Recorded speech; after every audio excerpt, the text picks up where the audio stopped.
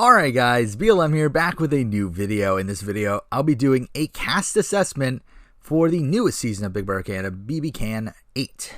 Now, I did not plan on doing this video. I keep on saying this at the beginning of videos. I really stopped doing these impromptu videos, but the cast reveal was a bit earlier than I was expecting. They did announce a special, and I was expecting the cast announcement to be there, but now that the cast has actually come out a bit earlier than that, came out a week before the season started, I thought it was enough time for me to do a cast assessment here, so here we go. So obviously I'll be going through each member of the cast and eventually give my winner pick at the very end. But let's talk about the cast generally first, and I really like this cast. I think this is a very diverse group of people, and it feels like the majority of these people are here to play. I mean, unlike last season where we had so many people try to play under the radar, it feels like a lot of these players on this season won't necessarily be trying to do that. I think only like 2 or 3 people mentioned playing under the radar. So from that aspect, I think it's good. I think there's a lot of potentially fun characters on this cast as well. So overall, I'm really liking the cast. I guess I might as well talk about the other info that's come out about this season as well. Like the fact that it's going to be a super-sized season. It's going to be 2 weeks longer. So that's cool, I guess. I mean, I don't know. I really like the length of Big Brother Canada. I mean, it was kind of reminiscent of the like middle school Big Brother US seasons that were around like 70 days or so. But now they're making it 2 weeks longer. It's going to be, again, longer. And I feel like that could be an issue here. Like just looking back at the longest BB Can season so far being BB Can 4, and I felt like that season did have some pacing issues.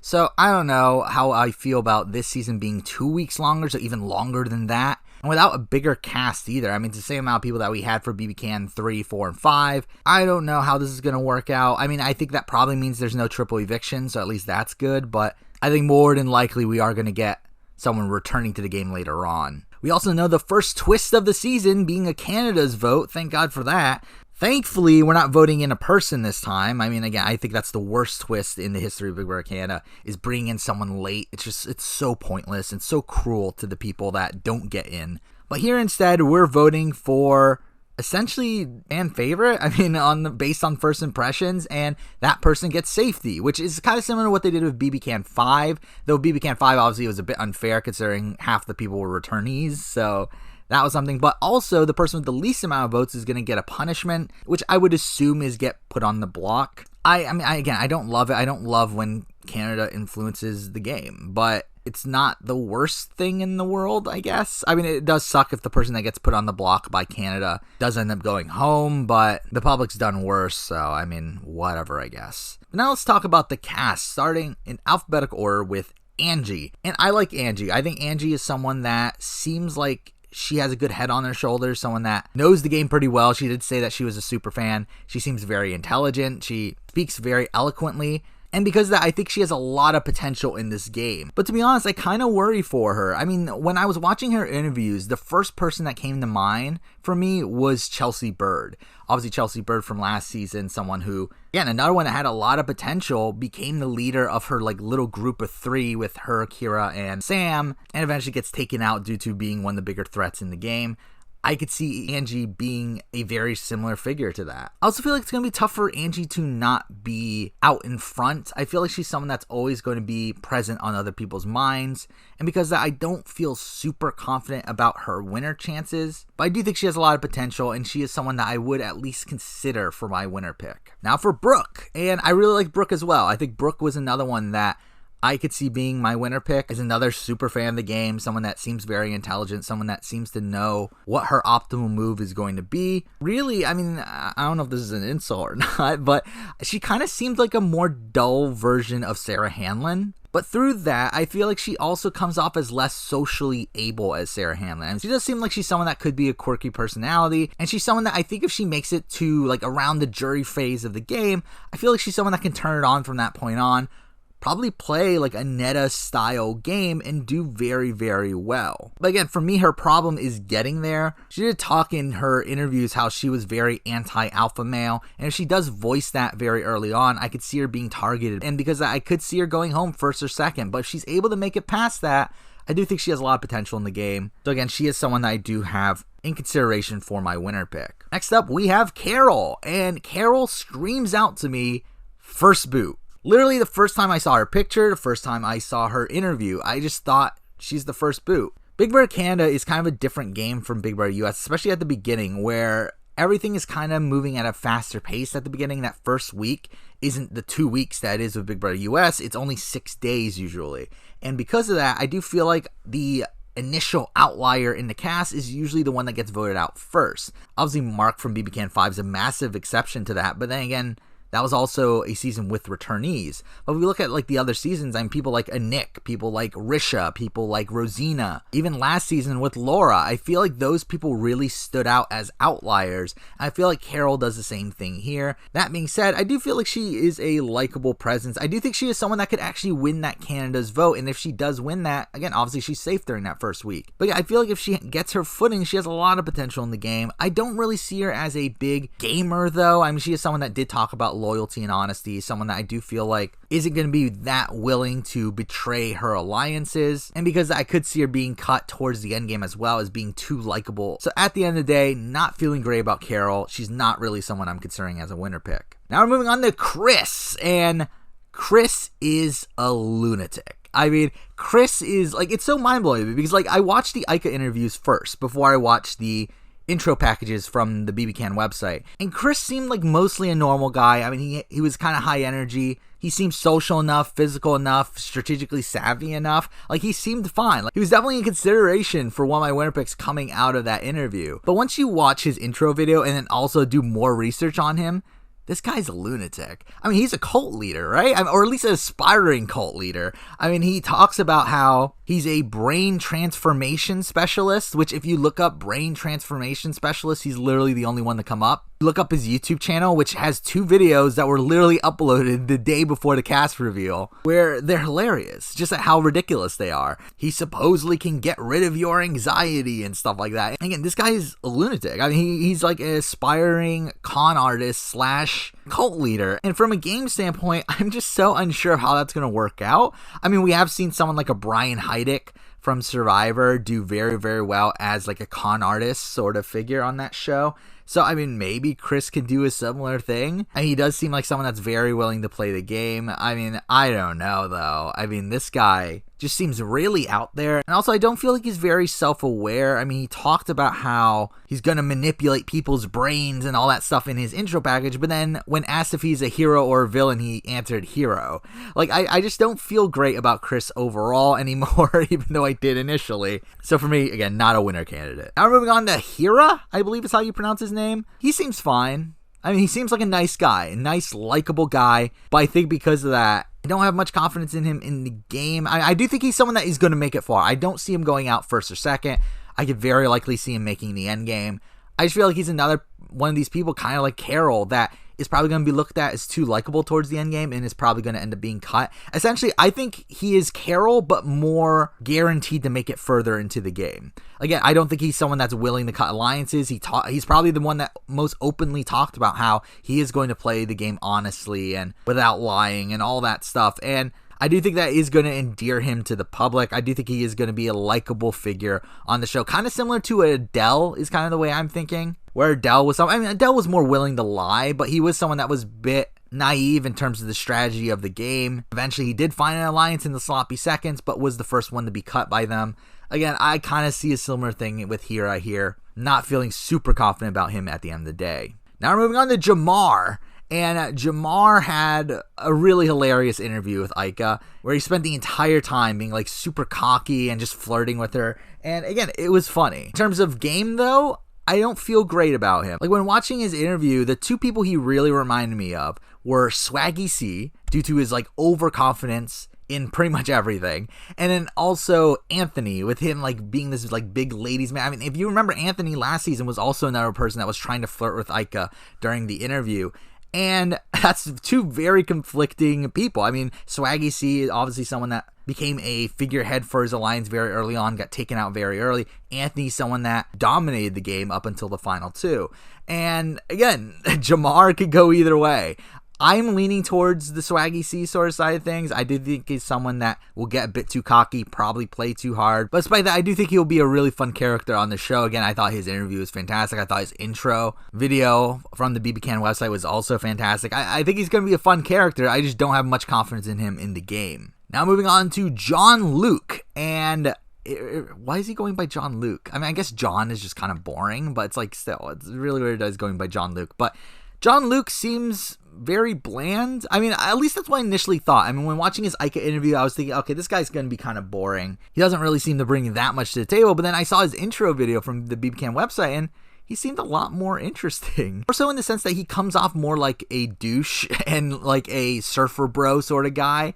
But it seems like he knows that he's a douche and knows that he's a surfer bro sort of guy. So, I mean, I don't know. I think as a character, I think he has potential. As a gamer, I'm not sure. He is someone that did say that he was willing to play very hard. So that's cool. But he is also someone that doesn't seem to know the game. He is someone that said that he's only watched, I believe, seasons 5, 6, and 7 and only finished season 7. So that's not great. I do think he's going to be aloof during certain strategic situations. And one of the bigger knocks for me is that he does seem like the type of person that is wanting to put together another Pretty Boys. I mean, he did talk about that, how much he loved the Pretty Boys games and how his game plan would be to do another Pretty Boys. And it's like, we just saw that. I mean, like, it's not going to work again, right? I mean, like, hopefully not. I mean, please not. Really, at the end of the day, I kind of see him in more of a Derek from BBCan 6 sort of figure. Someone who is just kind of average at everything. Someone who does probably get into a bromance with someone. But overall, again, not feeling super confident about him. Not really someone I would consider as a winner pick. Now moving on to Kyle. And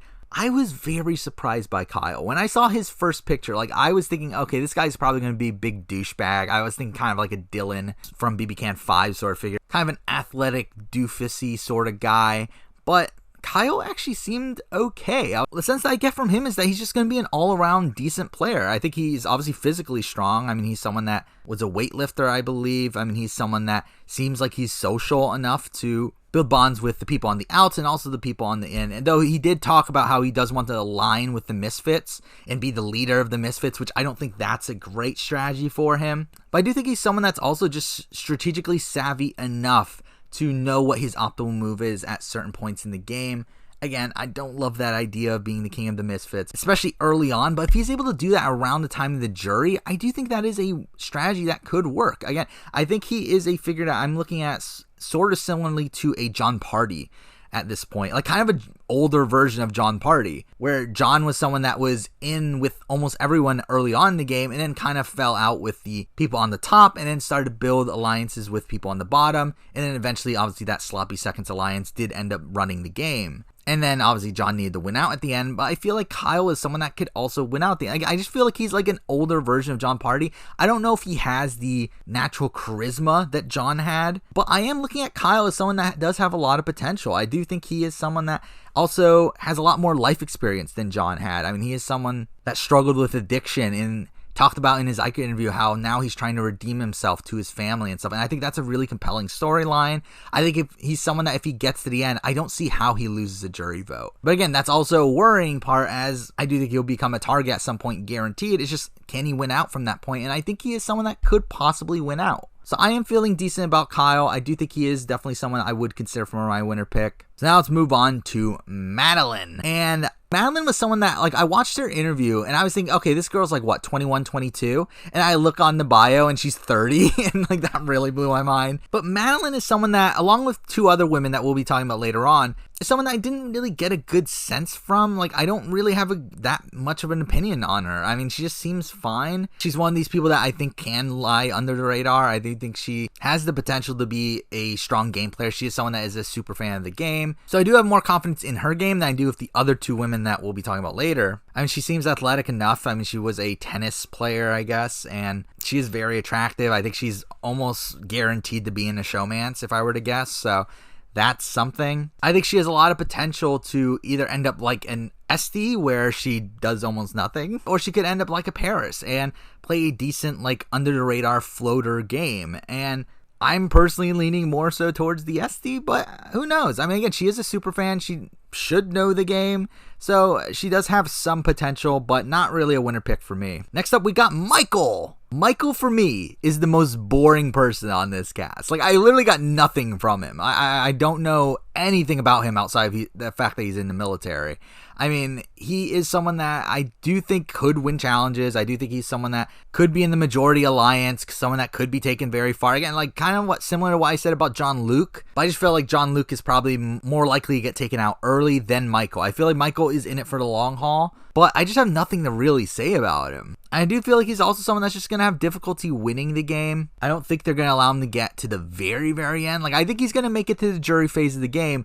I just feel like he's going to get sniped out at some point there. Not really a winner pick for me, obviously. Next up, we're moving on to Minh-Ly. I don't feel great about Minh-Ly. Minh-Ly is someone that I think the person that came to my mind initially was like a Levita sort of figure, like someone that is going to be very good at challenges. I could see her winning the first HOH, possibly winning a veto, whatever, like her surviving a decent amount of time due to comp wins.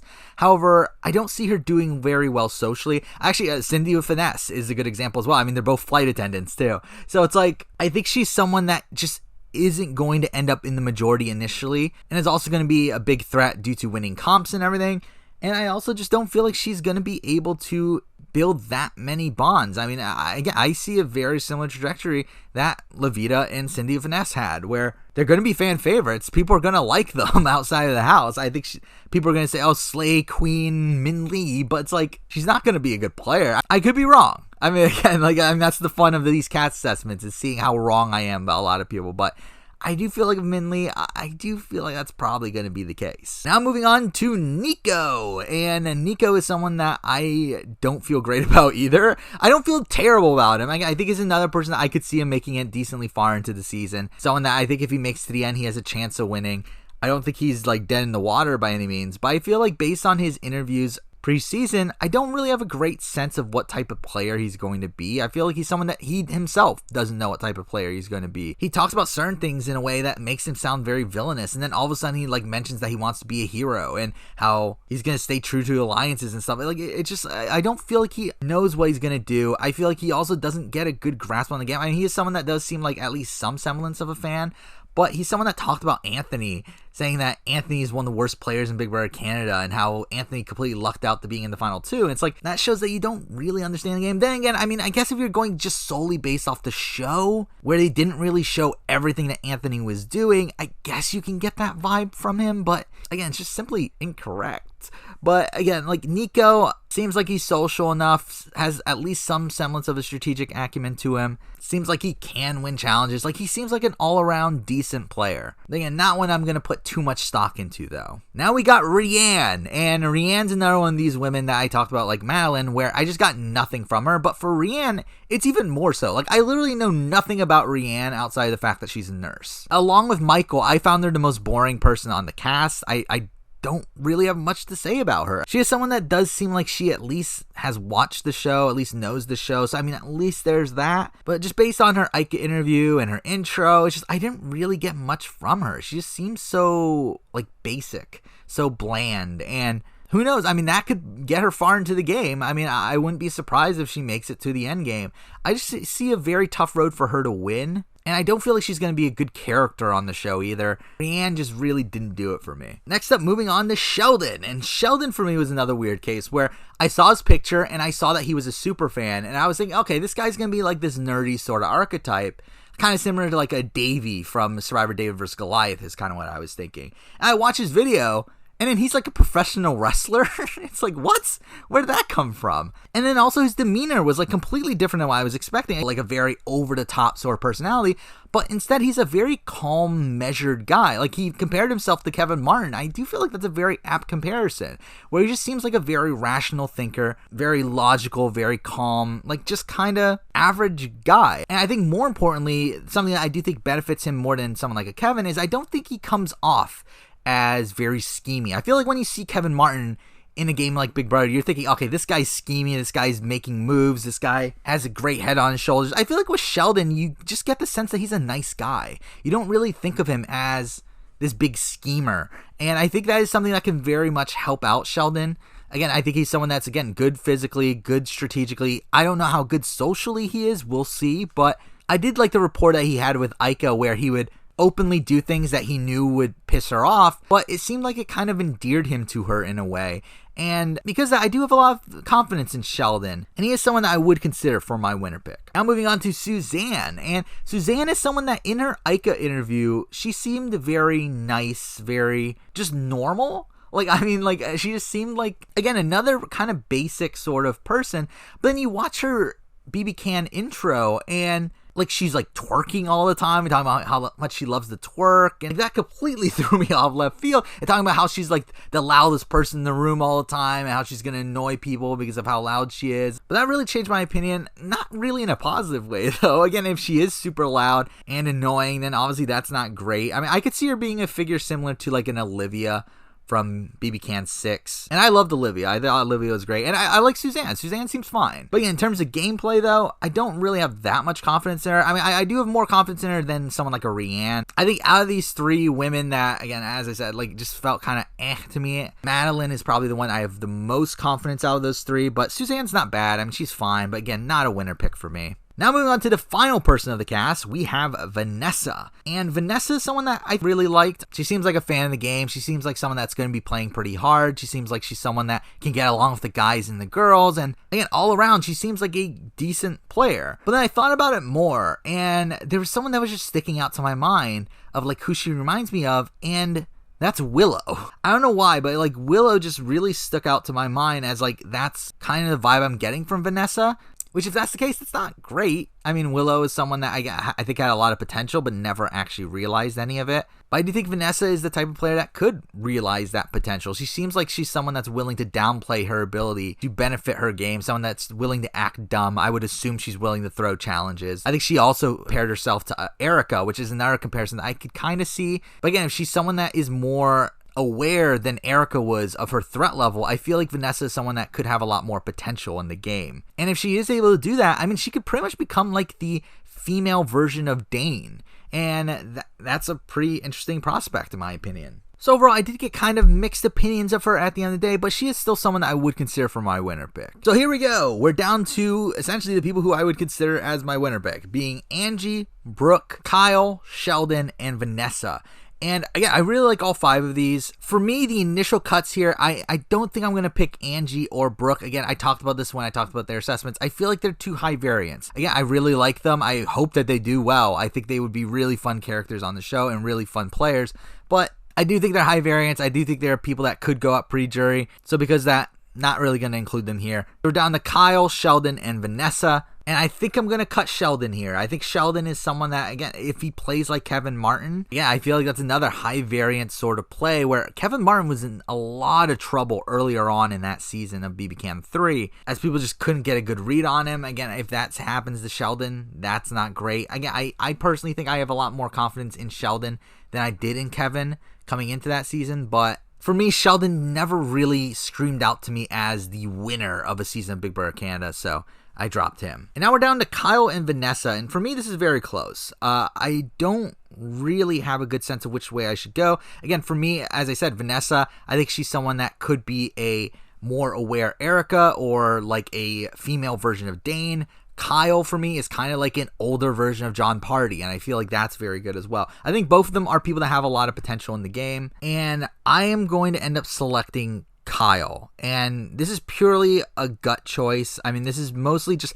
how I felt about them after watching their interviews. And again, I think Vanessa is someone, the more I think about it, the more and more confident I am in her ability to play the game, someone that I think, again, has a lot of potential, but Kyle was someone that after I watched his interview, I thought of him as a winner candidate. I instantly thought, this guy, I think he's going to do very well. While with Vanessa, again, I had some hesitancy there. So I feel like I got to go with Kyle. He's the one I had the most confidence in after watching those initial videos. Again, I don't feel 100% great about him. I mean, all of these people I think have flaws in their initial interviews or intro packages. All of them are flawed. None of these people are kind of perfect winner picks. For me, I thought someone like a Tyler from BB20 was a perfect winner pick candidate. Someone like Paris from BB Can 6, perfect winner pick candidate. Here, I don't have that. I really don't. And that's kind of what's throwing me off a bit here, but I think I'm going to go with Kyle, and I'm ready to be wrong. But there we go. That is my cast assessment for BB Can 8. Again, this was a impromptu video. I did not plan on making this video. I actually had another BB Can video ready to come out on Wednesday. So, I mean, there are going to be 2 BB Can videos in a row. So, oh well. Yeah, Survivor video was actually supposed to come out today at the time this was released. That will be coming out next week now, so stay tuned for that, hopefully. I mean, unless I decide to make another impromptu video. But those are my opinions on the cast of BB Can 8. Thank you for watching.